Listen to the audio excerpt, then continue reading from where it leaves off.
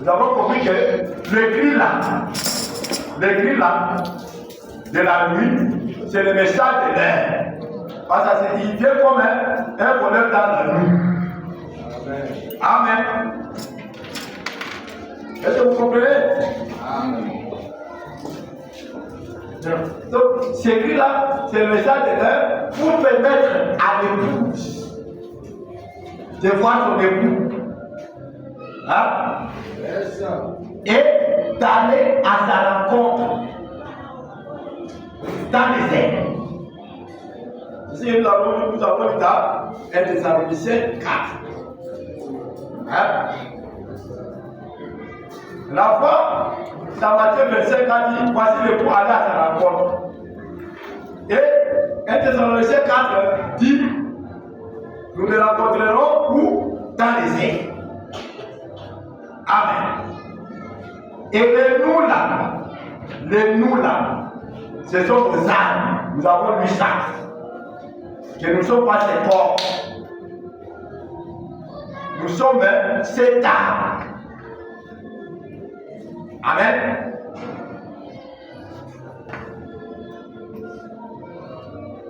Ah. C'est une affaire des âmes de frères. Il ne faut pas rester avec les enseignements qu'on avait eus il y a des décennies. On vous disait que la rencontre du Seigneur dans les airs, c'est son corps. Oubliez ça. Amen. Oubliez ces enseignements d'il y a des décennies. C'était des enseignements pentecôtistes. Et les messages pentecôtistes ne peuvent pas donner la vie aujourd'hui. Parce que Frère Barami, si je venais avec un message pentecôtiste, je serais dans l'âge de la Odyssée et ce ne serait pas juste. Parce qu'il a déjà quitté la Odyssée. C'était lorsqu'il était sur son trône, lorsque Jésus était sur le trône de son Père, dans les messagers.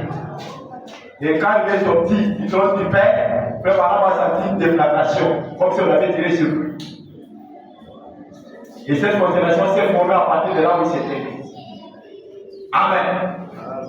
Alors, on ne doit pas continuer à rester avec les enseignements des pentecôtistes d'il y a des décennies. Amen. Il faut oublier ces enseignements-là. Parce qu'on n'a pas compris que le message doit être quelque chose de nouveau.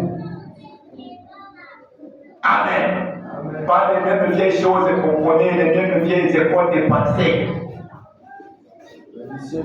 Le frère a dit Dieu ne peut pas envoyer les messagers pour venir dire les mêmes choses qu'on connaît. Jamais. Voilà pourquoi le message c'est pour les vieilles et sages.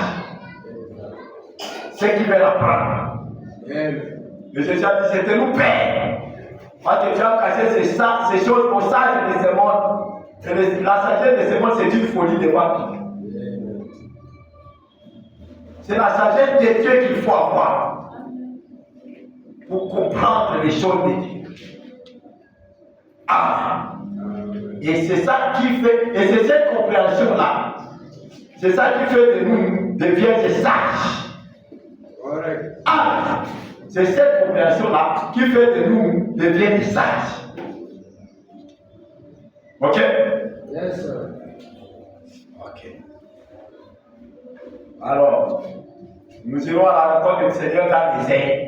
Mais nous avons compris que la rencontre dans les airs, c'est une affaire des âmes. Et Frère m'a dit, nous volons avec lui dans les airs depuis ses 40, 50 dernières années. Voilà.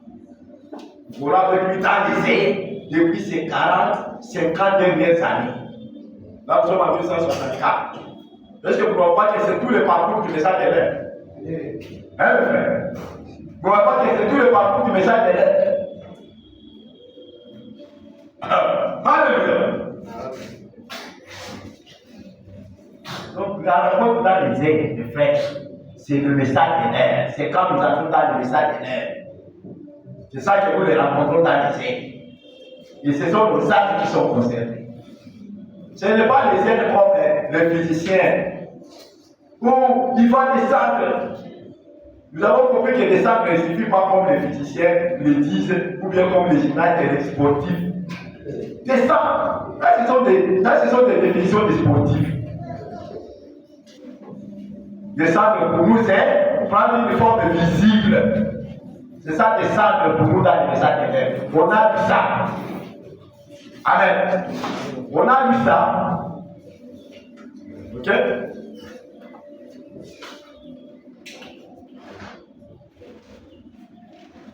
Alors, ce que les intellectuels maintenant peuvent faire, comme ils ne voient pas que nous volons avec lui dans les airs, qu'est-ce qu'ils peuvent faire? Frère dit, ils s'asseyent et commencent à s'en moquer. C'est tout ce qu'ils peuvent faire. Et ce que nous voyons, ils se moquent de ces choses. Le CV s'en moquer, ça les regarde. Amen. Ça les regarde. Et nous avons vu que quand il vient comme ça, quand il vient comme ça, il vient avec des doctrines que le monde attaque. Avec violence. Avec violence. Si vous voulez céder à la violence, ça vous regarde. Amen. On a vu que les doctrines qui sont sorties de cette constellation, le monde les combat avec beaucoup de violence. Ces doctrines-là.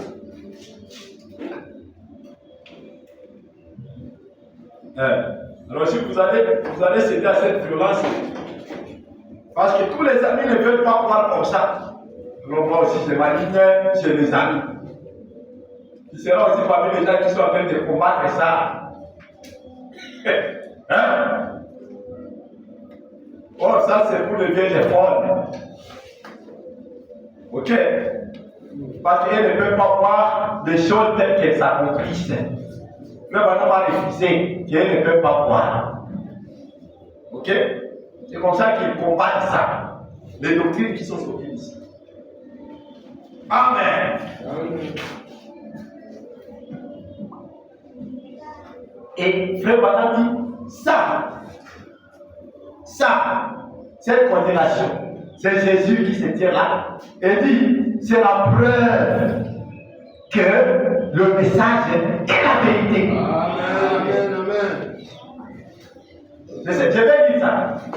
Maintenant, je vais me poser la question. Les gens qui disent que le message est la vérité, ils se basent sur quoi alors qu'ils refusent ça? Tu refuses que ce n'est pas le Seigneur, ce n'est pas la vérité du Seigneur. Mais tu dis que le message est la vérité. Comment tu peux dire que le message est la vérité, mais tu renies la vérité du Seigneur? Parce que frère que c'est ça qui prouve que le message est la vérité. Oui. La venue des époux. C'est ça qui prouve que le message est la vérité. Parce qu'effectivement, le message est l'écrit des commandements, qui doit le présenter? Alléluia. Amen. C'est entré. C'est entré. Très bien. J'aime quand les sœurs disent que c'est entré. Parce que ce sont elles qui sont là à comprendre. Alors quand elles disent que c'est entré, ça veut dire que c'est vraiment entré. Donc, c'est ça qui prouve que le message est la vérité. Maintenant, tu ne peux pas dire que le message est la vérité et tu continues à dire que Jésus n'est pas venu. Ça veut dire que tu dis le contraire de ce que tu crois. Ou plutôt, tu crois le contraire de ce que tu dis. C'est vice versa. Ouais, ça. Oh. Le livre des commandements, c'est le message de l'un, frère. C'est ça le signal. Dieu nous a permis de voir sa venue. Amen. Amen. Et quand il vient comme ça, il rugit comme un lion. Amen. Parce qu'il n'est plus sur son trône de miséricorde. Il n'est plus dans les sept actes de l'église. Parce que ce sont les sept actes de l'église qui étaient sur le trône du Père. En train de décéder au travers des messagers. Dès qu'ils sortent, ils quittent le trône du Père. Terminé. Amen. Amen. L'intercession est terminée.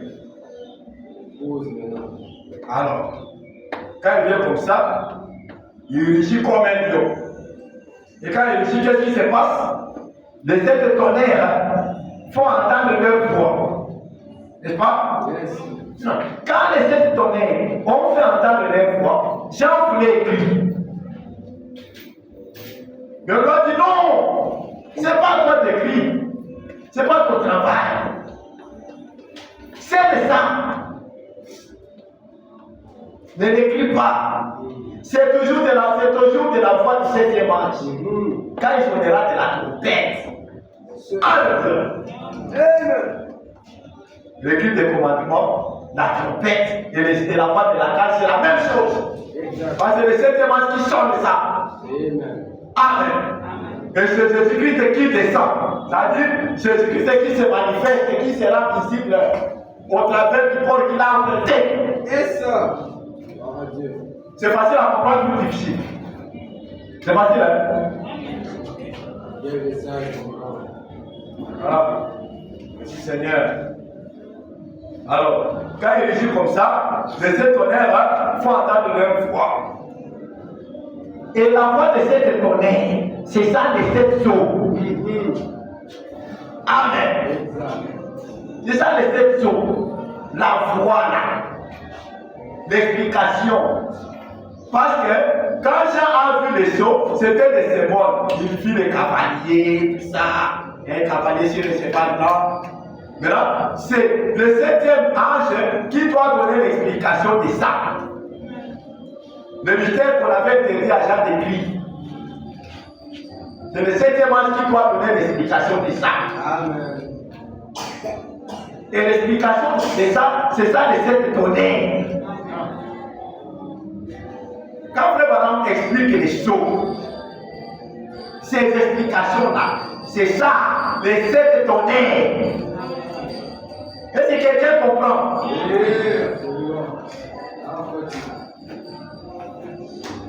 Lisons d'abord dans les premiers sauts, et puis nous allons lire la question et réponse numéro 4. Lisons dans les premiers sauts, au paragraphe 263. 263, j'ai une prédication du lundi. 18 mars 1963. Regarde 263, j'ai dit.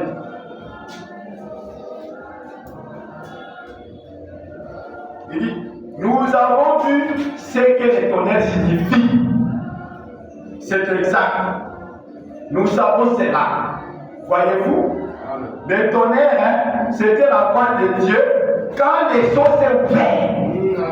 Quelqu'un peut dire amen? Amen. Les tonnerres, c'est la voix de Dieu quand les eaux s'est ouvertes. Vous comprenez? Les tonnerres qui fait trembler les gens, que les gens craignent. Mais ils croient aux sept jours, ils croient à la révélation des célestes.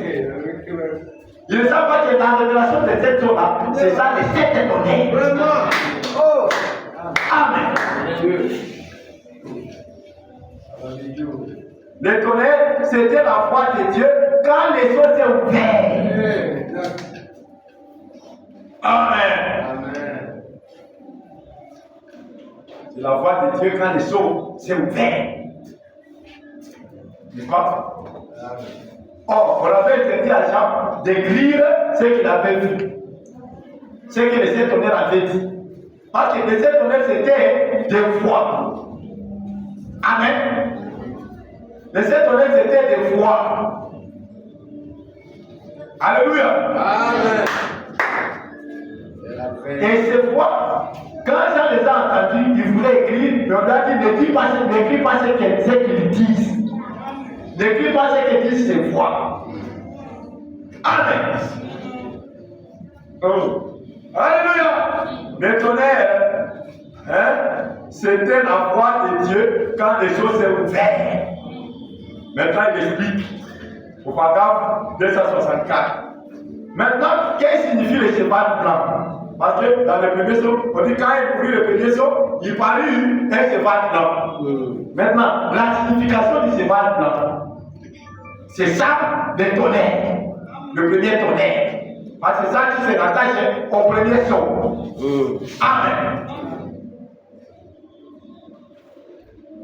Alléluia. Amen. Maintenant, qu'est-ce qui signifie le séparat blanc? Eh bien, c'est ici qu'intervient la révélation. N'est-ce pas? Et la révélation là, c'est ça les tonnerres, c'est ça les tonnerres. Hein? La révélation des sceaux, c'est ça les tonnerres. Je veux que ceci soit bien compris une fois pour toutes. Peut-être que je ne reviendrai pas aujourd'hui ou demain. Peut-être que je vais revenir même après une année. Amen. Les tonnerres, quand on parle de tonnerres, que les autres, quand ils ouvrent les premiers sauts, il y a un cheval blanc. Maintenant, l'explication de ce cheval blanc là, c'est ça le premier tonnerre. Amen. Quand il ouvre le deuxième saut, il y a un cheval de couleur rouge. Et il dit que c'était l'antichrist lorsqu'il était en train de tuer les croyants. C'est ça l'explication du premier, du deuxième saut. Et c'est ça le deuxième tonnerre. Amen. Amen. Ainsi de suite, quand on va étudier le saut, on comprendra mieux. Amen. Amen. Là, il explique. Eh bien, c'est ici qu'intervient la révélation. J'en suis tout aussi certain que je me tiens ici devant, étant conscient que ceci est la parole. Amen. Amen. Donc, vous comprenez que l'explication là, la foi là du saut, c'est ça les tonnerres. Tout à fait. Parce que quand ils ont brûlé, ils ont sorti une fois. Et c'est cette fois-là qu'on a demandé à Jean de ne pas écrire. C'est au 7e âge d'expliquer ça. Et c'est ce qu'il a fait quand il a prêché la révélation de cette sorte. Tout à fait. Amen. Amen. Et bien des fois, ils ne seront jamais su. Amen. Maintenant, question et réponse du 30 août 1964, soir. Question numéro 395, 395. Au paragraphe 78, il dit ceci. On pose la question. J'ai dit que c'est du 30 août 1964, soir. Question numéro 4. Question 395. C'est bon? Les sept tonnerres qui équivalent aux sept mystères ont-ils déjà été révélés? C'est une question. Ont-ils été révélés dans les sept eaux, mais ils ne sont pas encore portés à notre connaissance comme étant des tonnerres? C'est ça la question qu'on va poser. Est-ce que de ces tonnerres qui correspondent aux sept mystères ont-ils été révélés dans les eaux, mais ceux qui ne savent pas que c'est ça les sept tonnerres? C'est ça la question, non?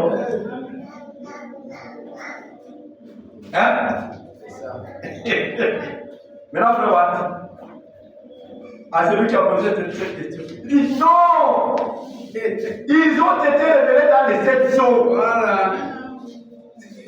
Toi, tu dis, est-ce que nous devons encore attendre ça? Ou bien ça a été révélé, mais c'est nous qui ne savons pas. Il dit non! N'attendez pas. Ils ont été révélés dans les sept eaux. C'est à cela que les tonnerres se rapportaient. Amen. Mais ces tonnerres se rapportaient aux sept eaux. Est-ce que c'est moi? Est-ce que c'est moi? Ils ont été révélés dans les sept eaux. C'est à cela que les tonnerres se rapportaient. Amen. Ils devaient venir point. Les sept tonnerres qui ont fait attendre leur voix, et personne ne pouvait comprendre ce que c'était. Jean savait ce que c'était, mais il lui fut interdit de l'écrire. Il dit, mais le septième ange, au jour où il sonnerait de la trompette, les sept mystères de sept tonnerres seraient révélés. Et le septième ange est le messager du septième ange de l'église. Voyez-vous? Amen. I see. Amen. C'est ça son travail, c'est ça qu'il devait faire. Voilà pourquoi il a dit à exposer de cet âge de l'église. Il dit, à la page 327, alinéa 1. Écoutez ce qu'il dit. Il a exposé.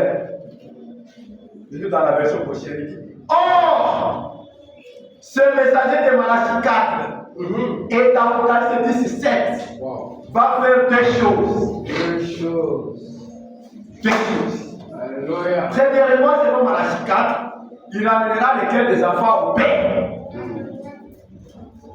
Ça, c'est la première chose. Ça, on connaît. Qu'il nous a ramené aux enseignements des apôtres, tout ça, le vrai baptême, prier pour les malades, tout ça là. Deuxièmement, il révélera le mystère de cette tonnerre. Alléluia. D'Apocalypse 10, qui sont des révélations contenues dans les sept sceaux. Amen. Amen. Ce seront ces vérités mystères divinement révélées qui ramèneront littéralement les cœurs des enfants au Père du jour de la Pentecôte. Amen. Exactement. Exactement. Voilà le travail qu'il devait faire. Ramener le cœur de père à des enfants. Et deuxièmement, révéler le mystère de sept tonnerres d'Apocalypse 10 qui sont des révélations contenues dans les sept sceaux. Donc, les sept tonnerres sont des révélations contenues dans les sept sceaux. Amen. Ce que les sceaux étaient, c'est ça les sept tonnerres. Amen. Oh, quand il ouvrit le septième sceau, il y a un silence d'environ une demi-heure. Et frère madame dit, c'était l'heure où la minute où Christ devait venir. Amen. Voilà déjà dit ça. Donc, l'explication du septième sceau, le silence c'est le septième tonnerre qui est l'heure où la minute de sa venue. Amen. Selon Apocalypse 10, il vient dans les nuits. Et dans disant, enveloppé d'une nuit. Voilà. Amen. On approfondira ça lorsqu'on va enseigner sur les sceaux. Amen. On pourra approfondir ça lorsqu'on va enseigner sur les sceaux. Donc, vous comprenez que l'écrit des commandements, c'est le message de l'air. Amen. C'est le son de la trompette. Et c'est la voix de l'archange.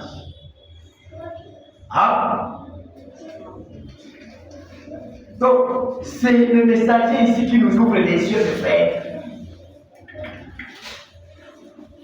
Amen. C'est pourquoi nous ne sommes pas des vieilles folles. Parce que nous avons des colliers qui est l'huile. Amen. Amen. Voilà maintenant ce qu'il faut, c'est de prendre ce message avec les deux mains et avancer. Ce qu'il faut, c'est de prendre maintenant ce message avec les deux mains et avancer. Parce que c'est ça le secret de notre prospérité. Amen. C'est ça le secret de notre prospérité. Voilà pourquoi maintenant, frère, madame nous dit que si nous voulons prospérer, disons ce que Dieu fait en ces temps, disons ce que Dieu a fait en ces temps, ce que Dieu a fait par William Branham. Si nous voulons prospérer, c'est ça le secret. Je peux dire, vous verrez combien le message est très important.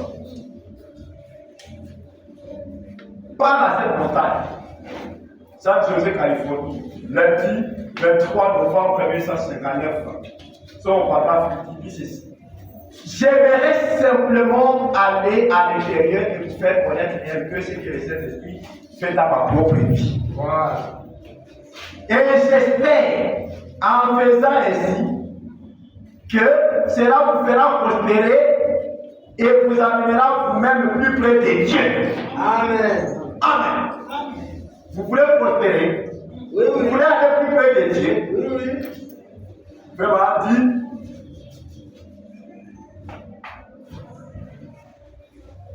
il dit ceci. J'aimerais simplement aller à l'intérieur et vous faire connaître un peu ce que les Saints-Esprits fait dans ma propre vie. Et j'espère en faisant ici que cela vous fera prospérer et vous amènera vous-même plus près de Dieu. Amen. Vraiment.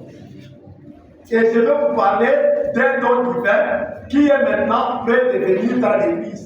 Et je suis sûr que tous parmi nous sont intéressés par tout ce que Dieu est prêt de faire. Ouais.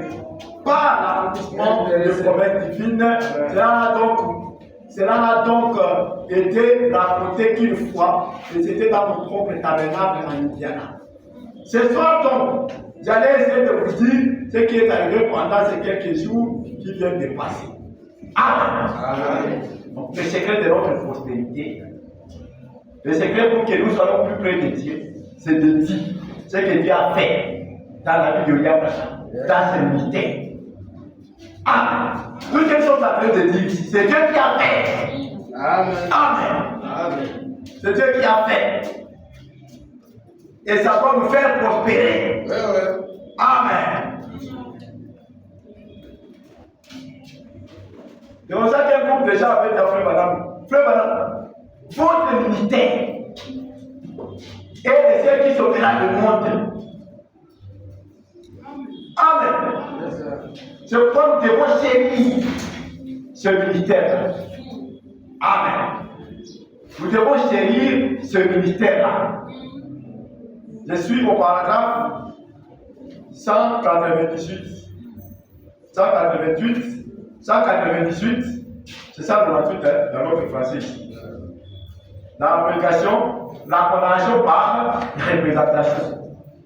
Le chef de Jeffersonville, Indiana, le dimanche 13 novembre 1960.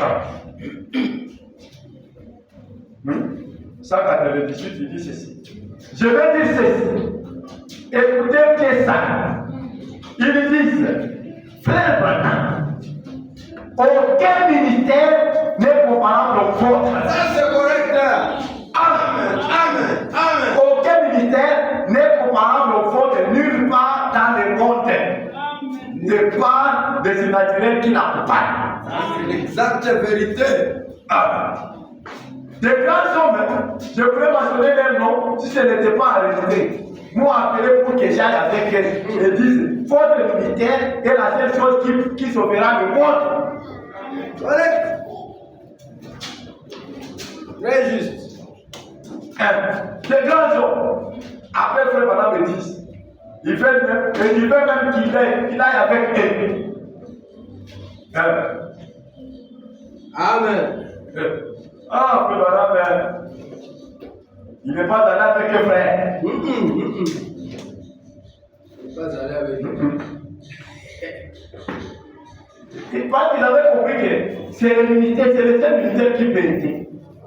Et ils ont dit, votre ministère est la seule chose qui sauvera les mondes. Ce sont des grands théologiens, ce sont des grands pasteurs qui ont reconnu ça. Tout à fait. Mais ils ne le disent pas à leurs croyants. Beaucoup ne le disent pas à leurs croyants. La révélation ici. Ils vont les signer. Mais en cachette, ils font comme des modèles. Nous savons qu'il n'y a personne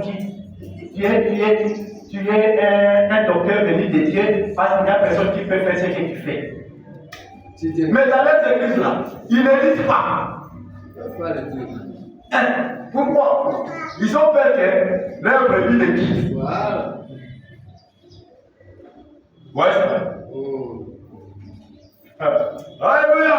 Amen. Ce ministère est le seul qui sauve le monde. Amen. Amen. Nous lisons dans l'exposé maintenant. Nous allons comprendre que c'est un ministère d'infaillibilité. Amen. Parce que c'est Dieu de lui-même, c'est Christ lui-même qui parle. C'est quoi c'est infaillible? Amen. Qui aura le pouvoir de faillibilité? Frère, cela revient à Dieu. Maintenant, concéder ça à un homme. Amen. Et cet homme-là est le plus grand prophète depuis Enoch jusqu'à nos jours. C'est le plus grand. Le plus grand. Et un jour, j'ai entendu un prédicateur en train de dire, il est le plus grand à l'exception de Jésus. Est-ce que c'est ça qui est la citation? Non. Pourquoi tu veux fonder? Donc tu veux penser que c'est toi qui as plus pitié de Jésus que frère Madame. Hein? Là, ajouté. Il a ajouté. Tu sais ce que disent les banques. Amen. Les gens ont reconnu que c'est le seul militaire qui se fera. C'est le militaire qui a le pouvoir de l'infaillibilité. Et ce pouvoir-là est donné à Dieu, c'est propre à Dieu seul. Mais là, concédé à un homme. Vraiment. Pourquoi tu vas dire, oh, il est le plus grand prophète de Pénon jusqu'à nos jours, à l'exception de Jésus? Est-ce que c'est que la citation? Ce n'est pas ça. C'est pas que tu ne sais pas qui est Jésus. Toi, tu es en train de regarder l'homme de Galilée. Oh, c'est le même militaire de Jésus qui s'est reproduit ici. Amen. Et en exponentiation. Donc, c'est le même ministère de Jésus-Christ, mais qui s'agrandit. Parce que lui-même, Jésus, lorsqu'il était secrétaire, il a dit, c'est celui qui croira en moi, fera les œuvres que j'ai faites, et il en fera des plus grandes. Alors, pourquoi est-ce que tu veux fonder? Dire qu'il y a l'exception de Jésus. Alors que c'est Jésus lui-même qui a dit que celui qui croit en lui fera les plus grandes œuvres. Il fera les œuvres qu'il fait et il en fera les plus grandes. Oui, plus que Jésus. Ça s'est accompli en fait maintenant dans son ministère. Pourquoi tu veux fonder en disant l'exception de Jésus? Alors que c'est Jésus lui-même qui avait dit que celui qui croira en moi fera les œuvres qu'il fait et il en fera les plus grandes. Oui. Pourquoi tu fondes? Il est jaloux. Ça c'est la jalousie vraiment.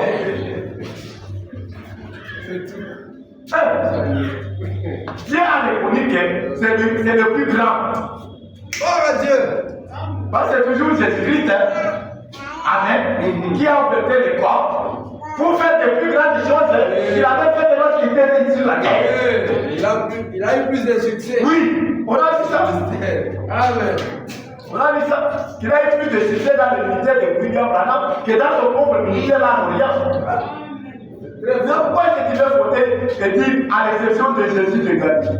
À l'exception, il est le plus grand prophète depuis l'Antiquité jusqu'à nos jours, à l'exception de Jésus. Ce n'est pas correct. Parce que Jésus lui-même avait dit que celui-là, il fera les plus grandes choses, les plus grandes œuvres. Est-ce que nous étions là quand Jésus avait dit ça? Non. Mais non. Pourquoi tu vas avoir plus de Dieu? Ou bien tu penses que tu veux plus que nous? Dites ce que dit le mal, c'est dit. Et bien, des fois, les gens sont en train d'appuyer les gens. Bon, à l'exception de Jésus. Qui a dit ça? C'est pas Jésus qui avait dit qu'il fera de plus grandes choses. Acclamons pour le Seigneur. Gloire à Dieu. Merci Seigneur. Ah, il fallait que je puisse veiller vraiment. C'est merveilleux ce matin. Amen. Toi, c'est la raison d'être. Alors, je suis dans exposé de cet acte de l'église. À partir de là, de la c'est page 328. Nous sommes à la linéa 3. Je dis ceci. Avant d'écouter ce chapitre sur le messager de l'âge de la Odyssée, nous devons considérer sérieusement les deux pensées suivantes. Premièrement, cet âge aura un seul messager prophète. Apocalypse 10, 7 dit. Quand il, c'est dit, sonnerait de la trompette, dans aucun âge, Dieu a donné à son peuple deux prophètes majeurs en même temps. Il a donné Enoch seul, il a donné Noé seul, il a donné Moïse seul, lui seul avait la parole, même si d'autres prophétisaient. Moïse était seul à avoir la parole, même si d'autres prophétisaient, comme des milliards de qui sont. Jean-Baptiste est venu seul. Or, en ce dernier jour, il doit y avoir un prophète. Pas une prophétesse. Pas une prophétesse. Bien qu'en cet âge, il y a eu des femmes qui prétendent apporter la révélation.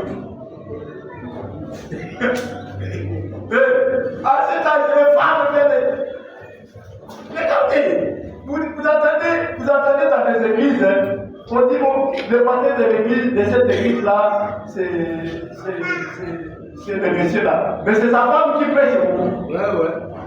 Dans la morale ici, si je me permets de citer l'heure. Dans la commencer, je vais me pardonner. Les maris, on ne les connaît pas. Moi, je ne les connais pas, je marie. Mais c'est elle qui est pas toujours sur les réseaux. Parce que frère madame a déjà dit. Ouais, c'est ça. Amen. Il faut qu'on sache ça. Et que ce soit connu. Parce que frère dit, je me rends compte que ceci va partout dans le monde. Mais je dois dire la vérité. Amen. Il dit, il doit y avoir un prophète, pas une prophétesse. Bien qu'en cet âge, il y a plus de femmes que d'hommes qui prétendent apporter la révélation de Dieu. Et la parole infaillible dit que c'est lui le prophète qui révélera les mystères aux gens qui tardent de la terre. Et qui ramènera les cœurs des enfants au Père. Et il y en a qui disent que le peuple de Dieu se rassemblera par une révélation collective. Amen. J'ai compté de cette affirmation. Révélation collective des athées. Amen. Parce que nous avons compris que la nouvelle naissance, c'est la révélation des esprits à vous, personnellement. Amen. Ce n'est pas une révélation collective. Mais j'ai compté de cette affirmation. C'est une hypothèse totalement infirmée par l'Apocalypse 17. D'ailleurs, je ne nie pas que des gens prophétiseront dans ce dernier âge et que leurs militaires peuvent être corrects et le seront. Je ne nie pas qu'il y aura des prophètes comme au temps de Paul où il y avait un prophète nommé Agabus qui prophétisa une famille. Je suis d'accord que c'est vrai. Mais, je nie, en vertu du témoignage infaillible de la parole, qu'il y ait plus d'un seul messager, prophète, majeur, qui révélera des mystères tels qui sont contenus dans la parole. Amen. Il peut y avoir des petits prophètes comme Agabus, mais il dit génie. Hein? Mais génie, en vertu du témoignage infaillible de la parole, génie, qu'il y ait plus d'un seul messager. Un prophète majeur qui révélera les mystères tels qu'ils sont contenus dans la parole et qui a le mystère de ramener les cœurs des enfants au Père. Ainsi dit le Seigneur, par sa parole infaillible, reste encore valable, le restera et sera confirmé. Amen. Il y a un seul messager prophète pour cet âge. Chacun sait, connaissant le comportement humain, qu'il y a toujours des divergences sur des points secondaires, une doctrine importante, même si tous se sont d'accord avec cette doctrine. Qui donc aura le pouvoir de faillibilité qui doit être rétabli dans ce dernier âge, puisque ce dernier âge viendra jusqu'à manifester l'épouse de la pure parole? Qui aura ce mystère, ce pouvoir? Écoute, cela signifie que nous aurons de nouveau la parole comme elle a été donnée dans sa perfection et comprise parfaitement à l'époque des Paul. Amen. Nous aurons la parole comme elle a été donnée dans sa perfection et comprise parfaitement à l'époque des Paul. Je vais vous dire qu'il y aura. Et ce sera un prophète que Dieu confirmera qui aura ce pouvoir de faillibilité. Ce sera un prophète que Dieu confirmera aussi totalement, ou même plus encore. Plus. Que tous les autres prophètes s'énoncent à nos jours. Amen, amen. Parce que cet homme aura nécessairement le militaire prophétique de la pierre des fêtes. Alléluia. Et Dieu les manifestera. Amen. Prophétique. Alléluia. Il n'aura pas besoin de témoigner pour lui-même. Cet homme-là. Il n'aura pas besoin de témoigner pour lui-même. C'est Dieu qui l'attestera par la voix d'ici. Amen. Amen. Frère, dis Amen. Amen. Alors, où est-ce que toi tu as trouvé que c'est un grand prophète depuis et non jusqu'à nos jours, à l'exception de Jésus? Où est-ce que tu as dit ça? Menteur, c'est donc les enfants de Dieu, à l'exception de Jésus. Vraiment. Ce sont des menteurs. Amen. Amen. Ce sont là les choses qui font gratter les têtes. Le message c'est là, ça fait gratter les têtes. Tout à fait. Le frère m'a dit, c'est bien que les têtes soient grattées. Amen. C'est bien. Il faut prêcher les choses de manière à ce que les gens puissent gratter les têtes. Deviennent des folles. Amen. Parce que c'est une matière de l'épouse. La matière devient sage. Alléluia. C'est pourquoi frère dit, c'est bien que les gens puissent gratter les têtes. Qui aura le militaire de l'infallibilité? Ce sera un prophète. Le militaire de l'infallibilité, ce sera un prophète. Qui sera plus grand depuis un autre jusqu'à nos jours. Sans exception. Sans exception. Le gars qui avait dit, à l'exception des Jésus, il a vu ça. C'est pas Jésus qui avait dit que c'est lui qui croira en moi. Fera de plus grandes choses. Il fera les œuvres que j'ai fait et il en fera de plus grandes. Mais là, pourquoi est-ce que toi tu es jamais? Ou bien tu as pitié de Jésus? De oui et non, jusqu'à ce jour. Le plus grand. Est-ce que ça puisse gratter la tête des gens? Amen. Le frère dit c'est bien. Les gens Hébreux chapitre 6, je vais parler. Mais que c'est bien d'amener les choses de manière à faire gratter les têtes des gens. C'est pas moi. Il faut me tuer bête.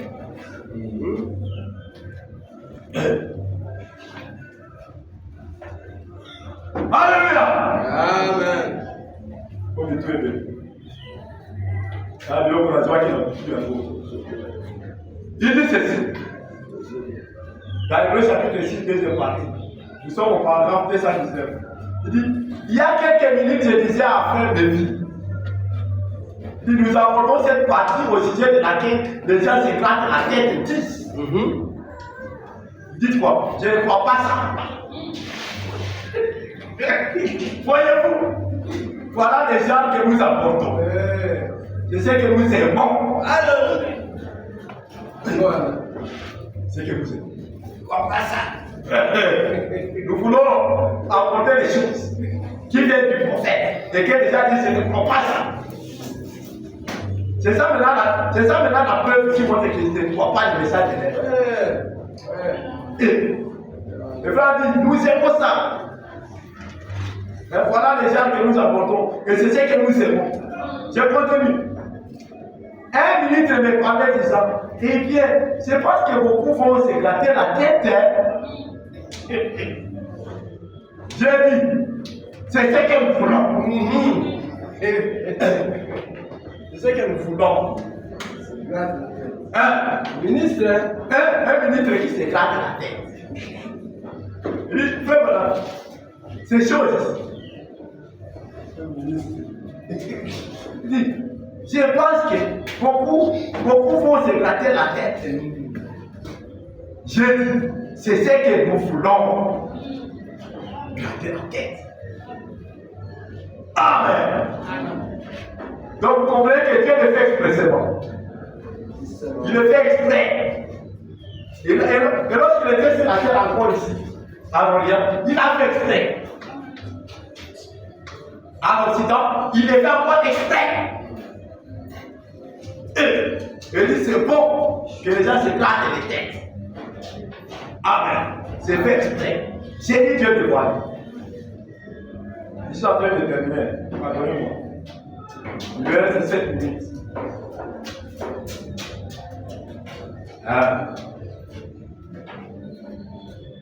Dieu te voit. Du 14 juin 1964 le matin, dimanche, à Jeffersonville, Indiana. Paragraphe 22. Nous irons jusqu'à 23. Dis ceci. Maintenant, mon sujet ce matin, je mets ma confiance en Dieu qui révélera ce qu'il en est. Je mets ma confiance en Dieu qui révélera ce qu'il en est. Et chaque fois, si vous qui prenez les ventes et les écoutez, j'espère et je vais croire que vous avez reçu une compréhension spirituelle de ce que Dieu a essayé de montrer à l'église sans le dire ouvertement. Voyez, c'est quelque chose. Parfois, on doit dire les choses de manière à disperser, de manière à amener certains à s'en aller, certains à partir, certains à réfléchir, gratter les têtes. Mais c'est fait exprès. Mais c'est fait exprès. Est-ce que c'est moi? Mais voilà, exemple.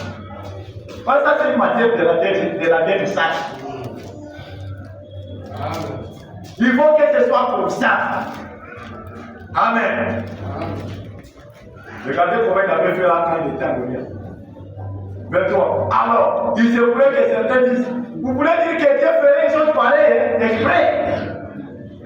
Certainement, qu'il l'a fait. Et il le fait encore aujourd'hui. Il a dit un jour qu'il en avait des milliers autour de lui et il a dit, si vous ne mangez pas la chair, si vous ne mangez pas la chair petite de l'eau, et si vous ne buvez pas son sang, vous n'avez point la vie en vous-même. Quelles sortes de déclarations pensez-vous un médecin ou une infirmière ou n'importe quelle personne très intellectuelle, que penserait-il d'une déclaration pareille venant d'un homme qui avait un militaire comme Messias? Eh bien, il dirait, mangez la chair. Ça c'est cannibale. Voir du sang. Humain. C'est un vampire. Autrement dit, il veut faire de nous des cannibales et des vampires. C'est ça. Et tout l'auditoire s'est éloigné de lui. Voilà. Il y avait aussi une association de prédicateurs avec lui, 70 qui avaient été choisis. Et il s'est trouvé vers cela. Il a dit, que pensez-vous quand vous verrez le fils de l'homme monter où il était auparavant? Et pourtant, il savait qu'il est né. Avec elle. Il a dit, que pensez-vous quand vous verrez le fils de l'homme monter où il était auparavant? Oh, il ne l'a pas expliqué. Il n'a jamais expliqué comment.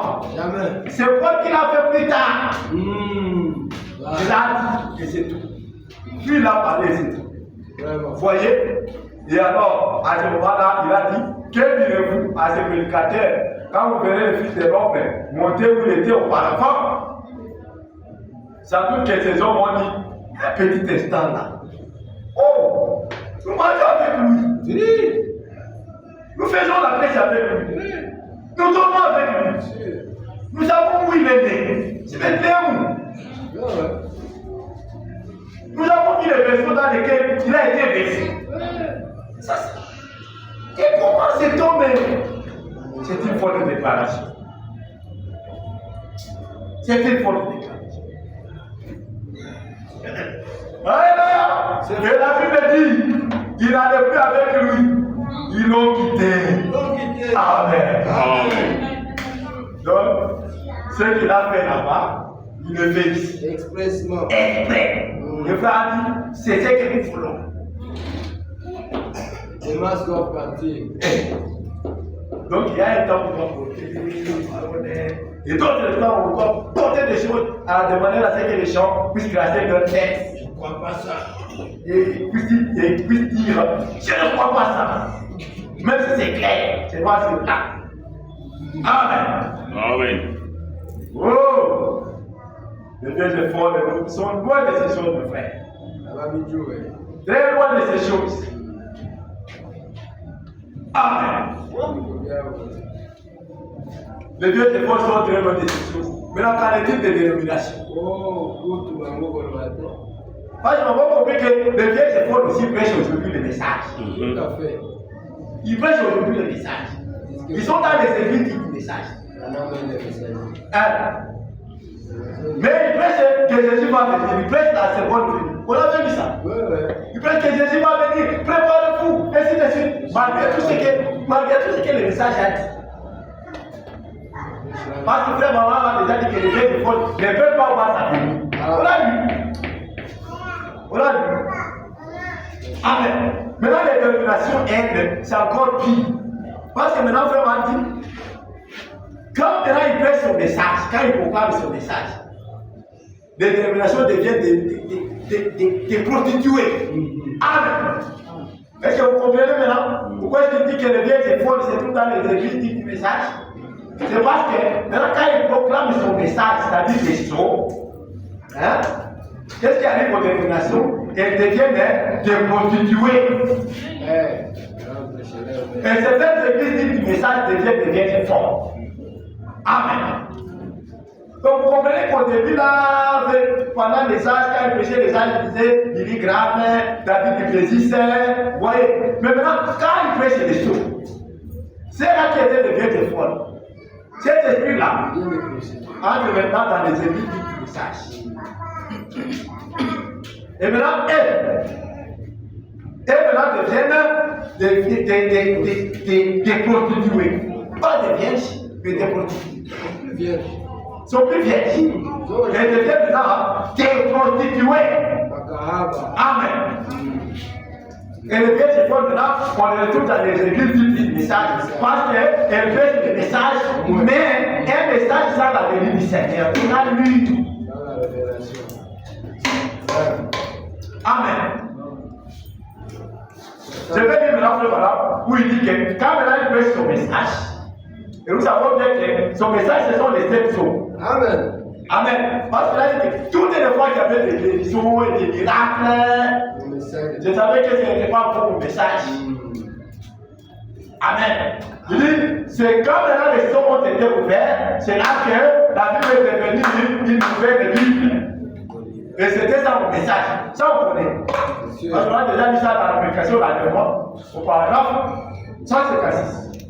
Hein? Pourquoi oublier? Là il dit, quand maintenant il prêche le message, il commence à prêcher son message. Qu'est-ce qui arrive aux dénominationnaires? Celles qui étaient des vieilles folles. C'est à qui faisait addition, comme les Billy Graham, les David Duplessis. Ils sont déjà morts. Maintenant les filles deviennent, ou leurs églises deviennent des prostituées. Amen. Je vais dire, monsieur le spécial de la fin, monsieur le spécial de la fin, c'est ça, monsieur le spécial. Du dimanche 30 décembre 1962 soir, à 17h, 158 et 159. Il dit ceci, oh là là, je souhaiterais pouvoir faire comprendre cela aux gens, afin qu'ils puissent vraiment, ne manquez pas ceci, ne manquez pas ceci s'il vous plaît, ne le faites pas cette fois-ci. Je suis sur le point de vous quitter, ne manquez pas ceci. S'il vous est arrivé une fois d'écouter, alors écoutez maintenant. Ces sauts sont autour du livre. Pourquoi? Parce que vous ne le lisez pas dans le livre. Au moment où les 7e âge sont de la trompette, tous les mystères qui sont écrits dans les livres sont accomplis. Et immédiatement, le livre qui était ouvert et écrit à l'intérieur est fermé. Et les mystères de Dieu sont accomplis. Et ce sont les mystères de Dieu. Le départ de l'Église et toutes ces autres choses. Amen. Ce sont des mystères. Quand nous parlons d'évolution et d'allaitement, tout ça, ce sont des mystères. Ce n'est pas pour le bien de foi. Amen. Les mystères sont terminés. Lorsque ce septième âge, ça c'est cadeau. Lorsque ce septième âge proclame tous les mystères, c'est terminé. Qui qu'il soit. Hein? Quoi que cela puisse être, la parole de Dieu ne peut faillir. Et il a dit qu'au jour de la voix du septième ange, quand il sonnerait de la trompette, le mystère de Dieu s'accomplirait comme il a annoncé à ses serviteurs les prophètes.